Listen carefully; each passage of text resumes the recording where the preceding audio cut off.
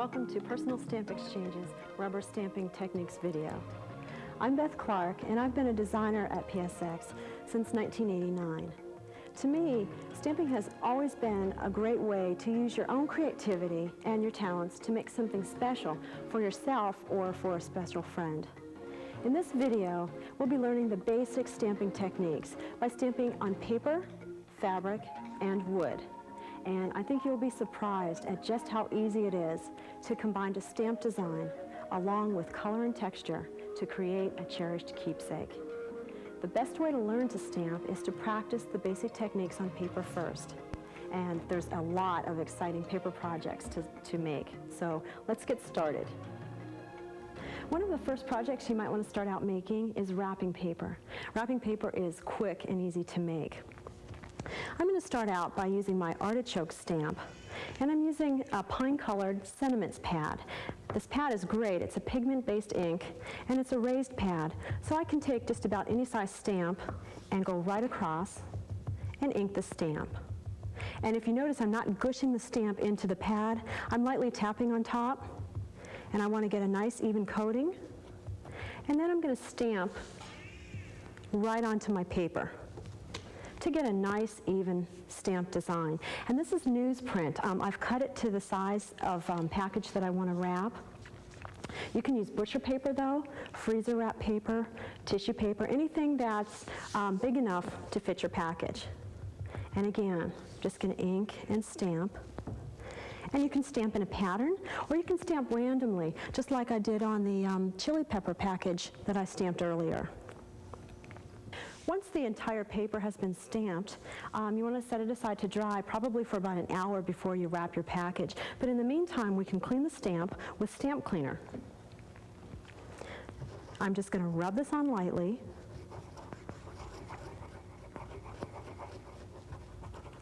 And then blot it dry with a paper towel. And it's a good idea to clean your stamp when you're going to change color, or also when you're done stamping for the day. And that way your stamps will be nice and clean and ready for the next project. And don't worry about getting any type of ink on the wood. And besides stamping on paper, you can even stamp on a bag or a box to hold your special gift, like the round leaf box that I've done.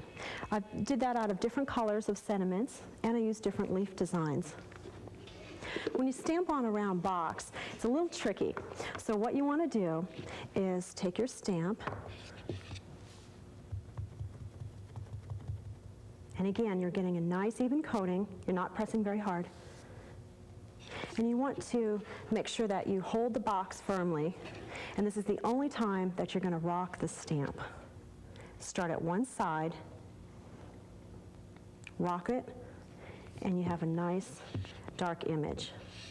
And you might want to stamp half of the box first, set it aside to dry, and then do the lid, and then go back, because your hands are going to mess your design up. So you just want to do one part of the box. These are paper mache boxes, and you can find them at just about any craft store or art supply store. And once you're done stamping, then you want to maybe finish up with a really nice ribbon on the box. And chances are your friends might love that box just as much as they do the gift inside. And you want to make a card too to go along with that gift. I've made a little sunflower card. And I've done that by coloring on the stamp, and that's a really fun technique to do. I'm going to use the sunflower stamp, which is in the Floral Silhouettes kit. And I'll lightly stamp with embossing ink, and we'll talk about this embossing ink a little later on. But for right now, I just want to get the rubber of the stamp wet lightly, and I'm going to use some art brush markers. These are really nice markers to work with. They've got two different ends on them, and they're water-based inside. So it's basically like using watercolor. And I'll just quickly color on the stamp.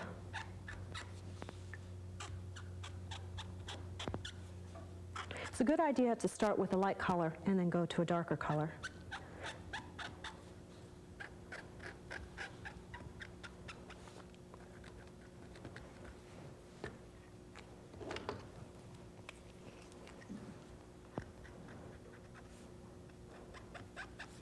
And you can see why we want to work quick so that the ink doesn't dry out.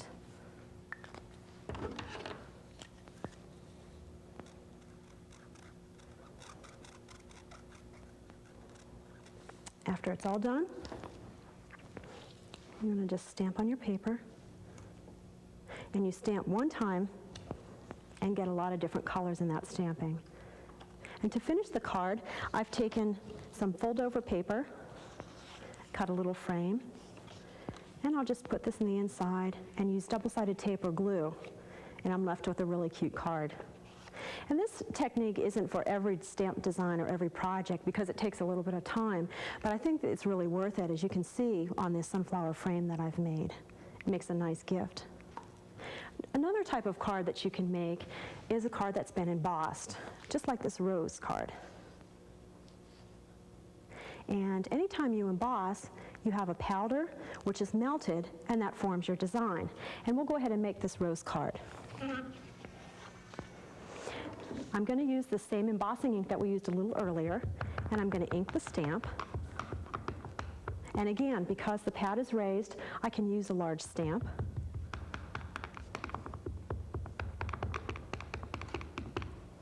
You just want a nice, even glaze over the rubber.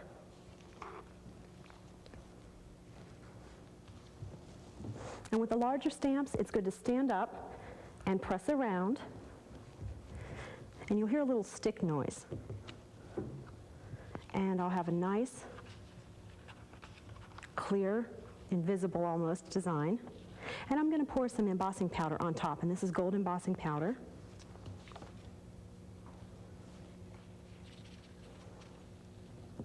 And I'll shake off the excess. What I don't use can be poured right back in the jar.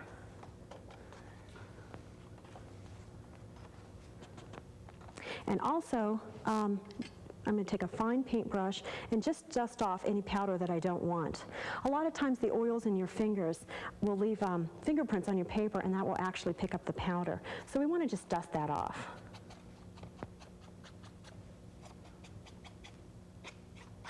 And now we're ready to emboss. I'm going to use this heat gun and melt this powder.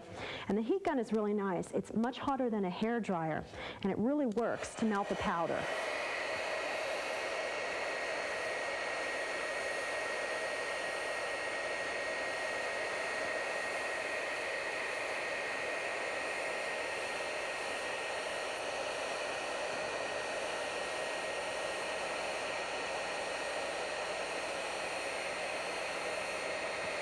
You can see the design on the bottom is nice and shiny and gold, very pretty design. It's not grainy or gritty anymore.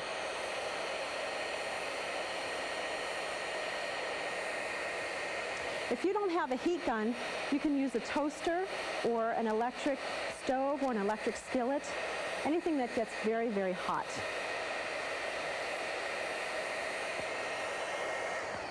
And look how pretty this design is. And it's permanent now, it's raised, and I'm ready to color it in. And I'm going to use the same art brush markers that we've used earlier. What's nice about coloring on this is that you can go right over top of the gold. It's not going to smear or come off or discolor.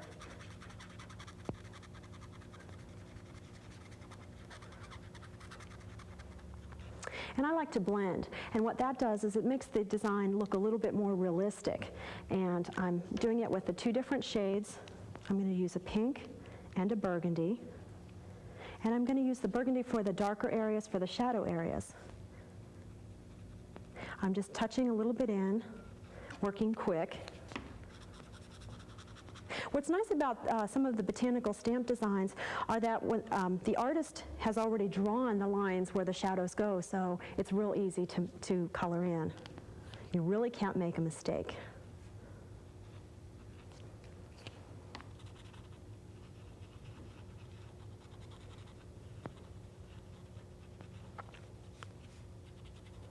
When you are blending, it is good to do a small section at one time so that the lighter shade doesn't dry out.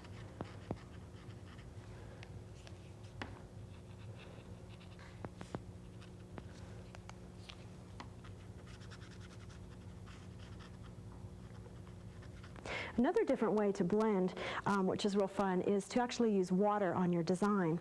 I'm going to use the same burgundy pen that I've used, and I'll put just a little bit of shadow onto this rose.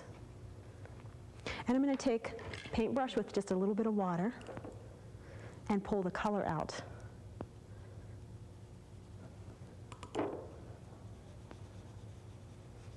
This is real fun to do because it's almost like you really are watercoloring, and your designs look so pretty. You can go right over top of that whole rose too.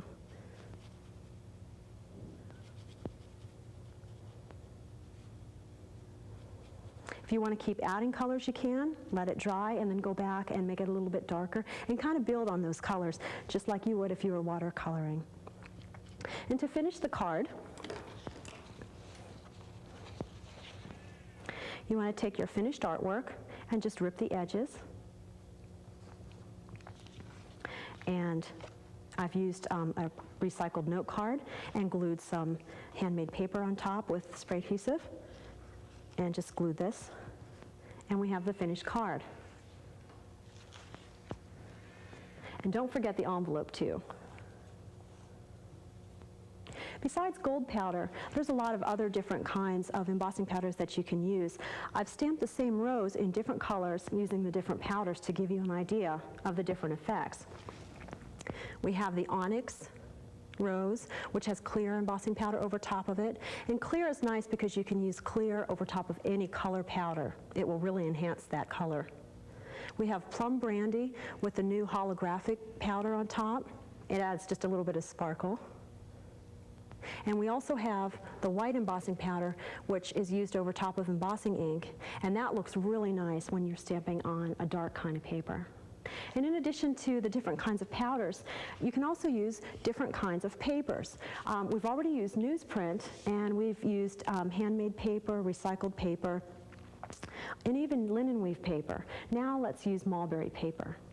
Mulberry paper, as you can see here, makes your projects look very pretty and very elegant. In fact, I've even stamped my frame for my wedding. I wanted to have a nice keepsake, so I've even stamped a frame to hold my wedding picture. But you can see the packages, the wrapped boxes. It really makes your project look elegant, and it's not very hard to stamp on either.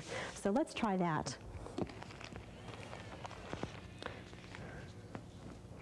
I'm going to use the embossing ink again. And I'm taking this smaller rose. And again, I just want to put just a little bit of ink on there. And I'm going to stamp. And you have to work quick on this. Pour the powder on top.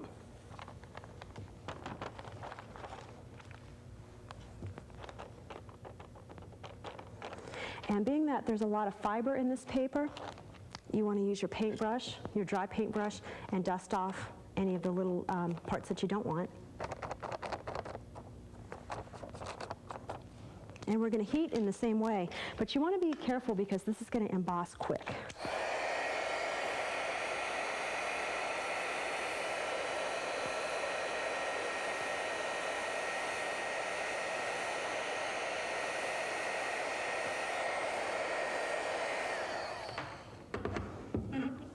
And then we can color it in.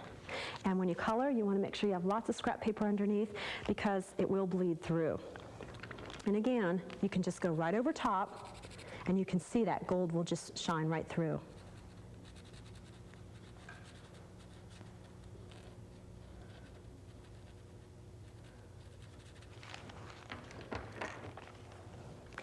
To assemble the box, I've used some spray adhesive on these pieces that I've cut, colored, stamped and colored. And also on my box, it's again a paper mache box, but what I did first was I painted it with white acrylic paint.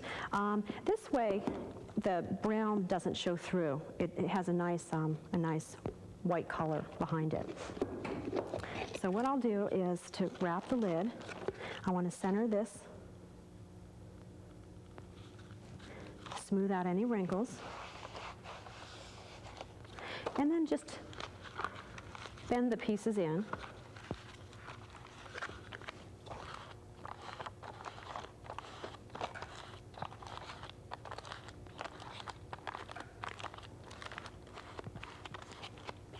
and tuck it in.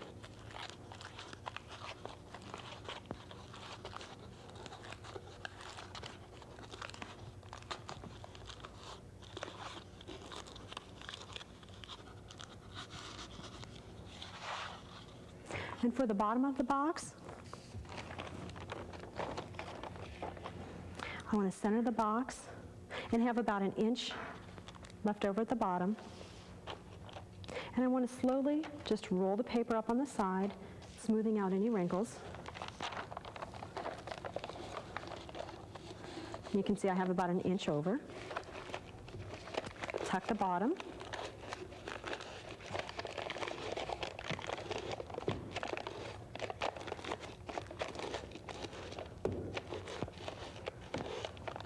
And tuck this inside.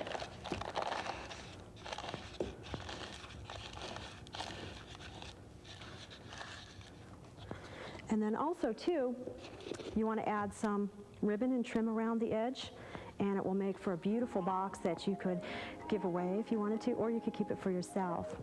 Once you feel comfortable with these stamping techniques on paper, you might want to try working with fabric.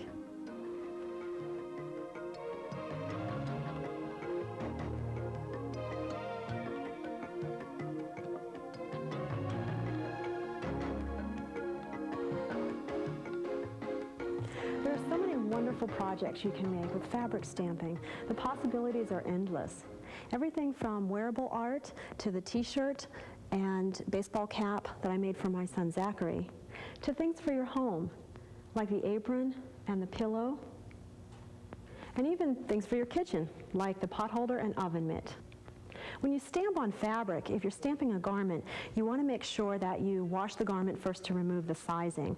And also, don't use a fabric softener, because some of them may contain a stain guard, which will make the ink wash out. And also, no matter what you're going to stamp, you always want to put lots of scrap paper down first. And we're going to start out by making something that I know everybody needs, a veggie pot holder.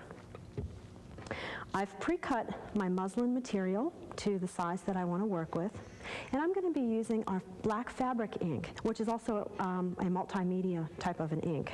It's a permanent, nice dark ink, and I've already pre-inked this pad. This is a blank pad, and again, it's raised, so I can use any size stamp that I want. And I always like to test the image first on scrap paper, and this will tell me whether or not I need to add more ink or absorb some of the ink. So this image looks nice. It's nice, dark, and clear. Now I'm ready to stamp on my material.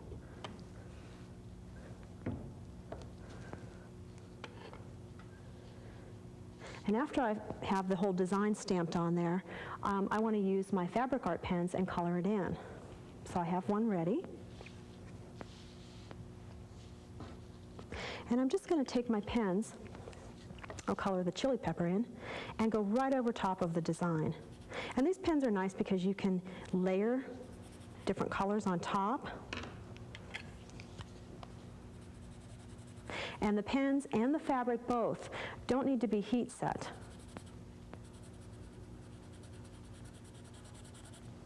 And this is just like coloring a coloring book.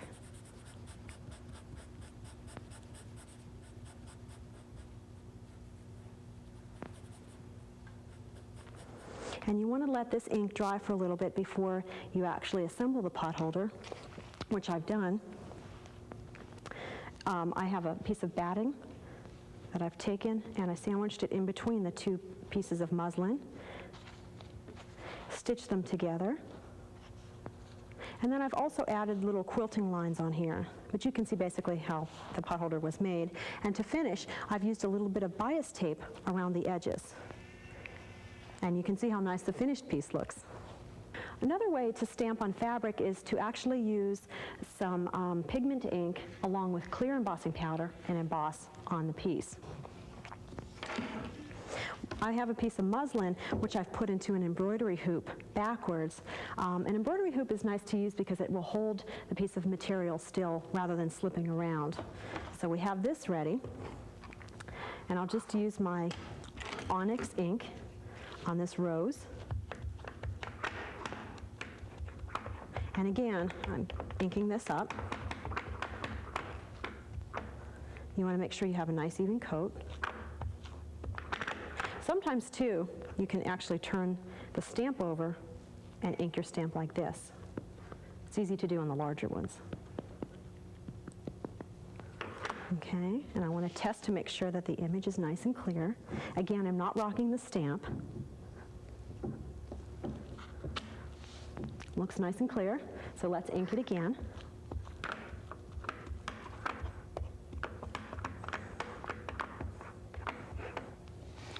Now I'll just stamp in the center.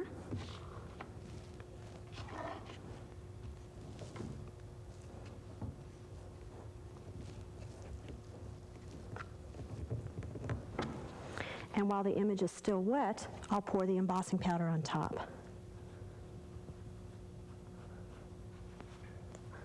Shake off the excess.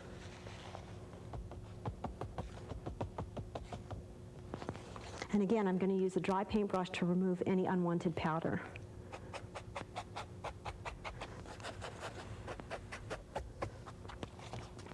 And now we heat.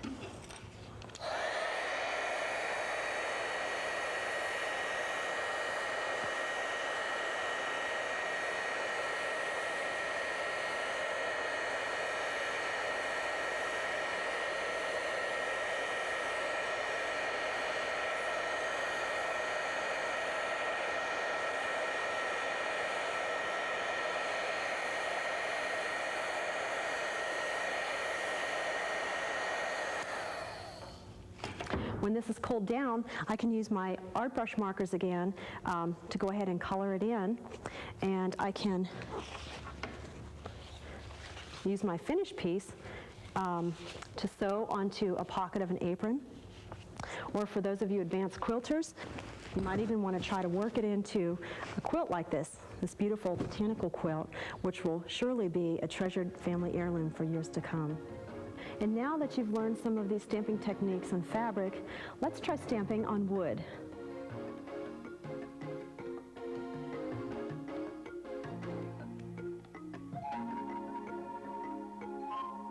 There are a lot of great unfinished wooden pieces that you can easily find. Things like toys, furniture, boxes, even home decor items just waiting to be stamped. When stamping on wood, you want to first make sure that the piece has been sanded, and you want to use a tack cloth to make sure that you get the dust up. And also you want to decide whether you want your piece to be stained, painted, or even left bare. Our first project is going to be this holiday door guard. This makes a wonderful hostess gift, and it's great to dress your door up for the holidays. Since it's done in gold, we're going to start off by inking our poinsettia stamp with embossing ink.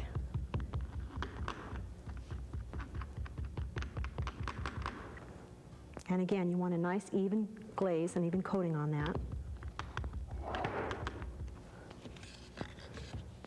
And I'm just going to stamp right down on top of the wood and quickly pour the gold embossing powder on top.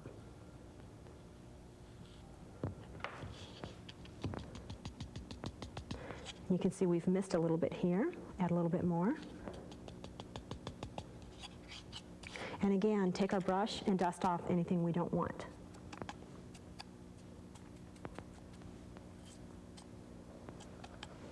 And this is where we really need the heat gun. It's really hard to emboss on wood without it.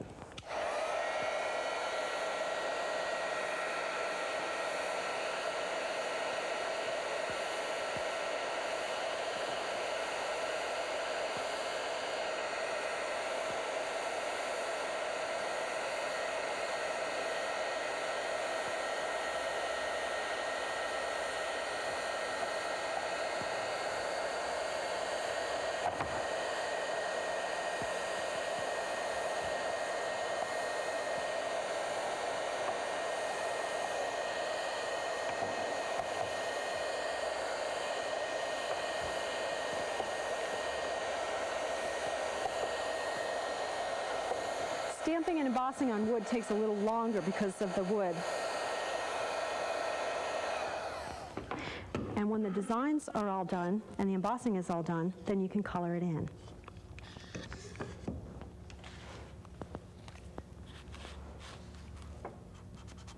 When you're coloring on wood, the ink is going to look a lot darker at first, and it will lighten up a little bit. But you use the same coloring techniques and blending techniques that we've used on paper. After you finish coloring in the entire piece, you want to let it dry, and then you can use either gold paint or a metallic gold marker to edge the design. And if your door is going to be getting a lot of use, you might want to put an acrylic sealer on top after it's dried, and you have a beautiful door guard. And the next project is one of my favorites. It's this beautiful garden seed box. I've chose to paint the box first with an off-white color. After it was dried, then I took a sandpaper and sanded it and used tack cloth again to remove the dust. Then I'm using the black fabric ink again, and again, ink the stamp, and you always do a test first. Looks good. Now we're ready to stamp on the box. And you want to hold the box real firm, maybe against the table. And before you remove the stamp, you want to get a real good grip on the stamp because it will stick. Woo. And you can see, nice design. And a lot of times, you might want to stamp around the corner, which is a little tricky. And I'll show you an easy way to do that. Again, you want to get a real good grip. You want to stamp firmly and slowly roll the stamp around the corner. You want to leave your ink dry before you color it in with the art brush markers.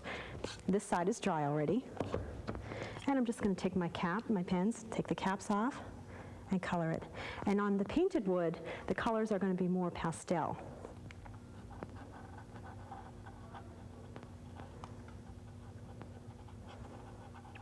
This makes a really great gift, this project. I've made one for my mom for Mother's Day because she loves to garden. And I've also made some of the little seed packets for her using our seed label stamp. If you've enjoyed working on these projects, look for more stamping ideas in our craft project books.